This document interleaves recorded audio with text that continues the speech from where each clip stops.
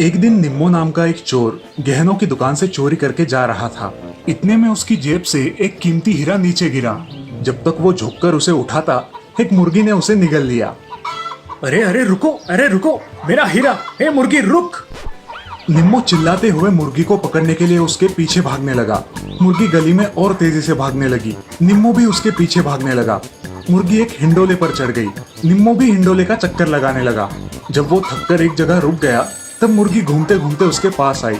निम्मो ने झपट मार के उसे पकड़ लिया। लो डेक्कन क्वीन, आखिर तुम्हें पकड़ ही लिया। अब दिखा मेरे चुंगल से निकलकर। तब मुर्गी ने उसके चेहरे पर जोर से तोच मारा। निम्मो जोर से चिल्लाया और मुर्गी उसके हाथों से छूटकर भाग गई। ओए ओए, ओ तेरी! मुर्गी के तोच मारने के बावजूद भी निम्मो ने हार नहीं मानी। वो फिर से मुर्गी के पीछे भागा और मुर्गी उछलकर एक ऑटो पर जा बैठी। ऑटो स्टार्ट होकर वहां से निकल पड़ी। हैं? ये ऑटो कैसे शुरू हो गई? अब क्या करूं? ओह, साइकिल!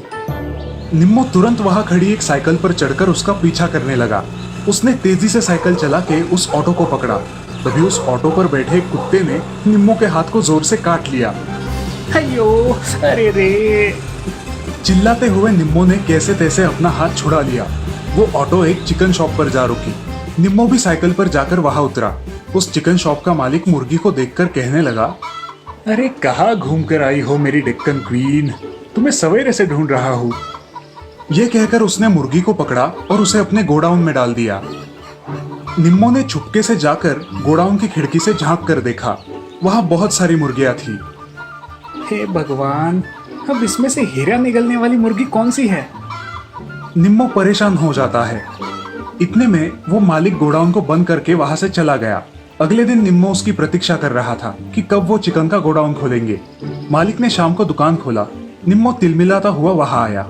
ये क्या, आपने सुबह से दुकान क्यों नहीं खोला? अरे भाई, ये मेरे लिए पार्ट टाइम बिजनेस है। मैं ऑफिस से लौट के शाम को सिर्फ 1 घंटे के लिए दुकान खोलता हूँ। जितनी मुर्गी बिक जाए उतना बेचता हूँ। इतने में वहां एक आदमी मुर्गी खरीदने आया। भाई साहब, एक अच्छी वाली मुर्गी देना। हाँ, 5 मिनट रुकिए। मालिक ने एक मुर्गी को पकड़ा और तभी निम्मो के मन में विचार आया। ओह, अगर ये मेरी हीरे वाली मुर्गी होगी तो? ये सोचकर निम्मो उस मुर्गी को खरीद लेता है।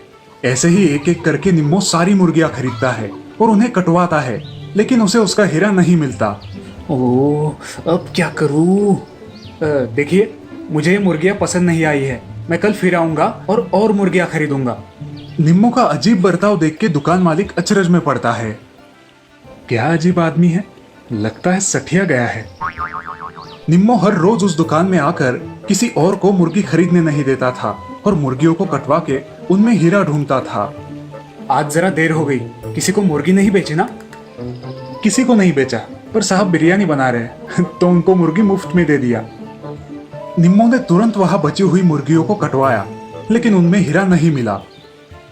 यानी जो मुर्गी साहब लेके गए, उस मुर्गी ने हीरा निगला होगा। यहाँ साहब की पत्नी ने उस मुर्गी को काटकर बिरयानी बनाई। तभी निम्मो दाढ़ी मूछ लगाकर भेष बदलकर उनके घर आया। जी, आप कौन हैं? मैं सीआईडी अफसर सक्सेना हूँ। आपके घर एक केस के सिलसिले में आया हूँ। वो हीरे की चोरी का केस है ना? यकीनन ये उस निम्मो ने ही किया होगा। एक बार बस हाथ आ जाए, उसे जिंदगी भर जेल में ही सड़ता रहना होगा। निम्मो घबराकर बोला, ठीक है, मुझे बहुत भूख लगी है। बिरयानी हो तो खिलाइए ना। आप कैसे जानते हैं हमारे घर बिरयानी बनी है? ठीक है, आइए साथ में बैठ के खाते हैं बिरयानी। दोनों डाइनिंग टेबल पर बैठते हैं। साहब की पत्नी बिरयानी के बर्तन लेकर वहां आती है। निम्मो बेसब्री से उस बर्तन की ओर देखता है। साहब की पत्नी उसकी प्लेट में बिरयानी परोसती है। निम्मो उस प्लेट में हीरा ढूंढने लगता है। बिरयानी खाना छोड़कर क्या ढूंढ रहे हैं सर आप? कुछ नहीं, बस यही चेक कर रहा था कि चावल में कंकर तो नहीं है। निम्मो साहब की प्लेट छीन के उसमें भी हीरा ढूंढने लगा। बाद में बर्तन को भी छीन लिया और उसमें भी हीरा ढूंढने लगा। तभी साहब की पत्नी बोली, अजी मैं बताना भूल गई, जब चिकन को काटा तो उसमें से ये चमकता हुआ पत्थर मिला। हीरे को देखते ही निम्मो खुश हुआ। अरे, ये तो हीरा है। निम्मो को साहब और उसकी पत्नी शक की निगाह से देखने लगे और साहब ने तुरंत उसकी नकली दाढ़ी खींच ली। क्यों रे कमीने, तो तुम्हारे चुराए हुए हीरे को इस मुर्गी ने निकला था और इसे हासिल करने सीधे इधर चले आए, लेकिन उस मुर्गी ने पकड़वाया है तुम्हें।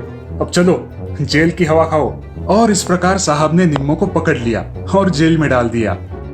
तो दोस्तों, इस कहानी से हमें ये सीख मिलती है कि झूठ कभी ना कभी दुनिया के सामने आ ही जाता है। इसीलिए हमेशा सच्चाई के रास्ते चलने में ही हमारी भलाई है।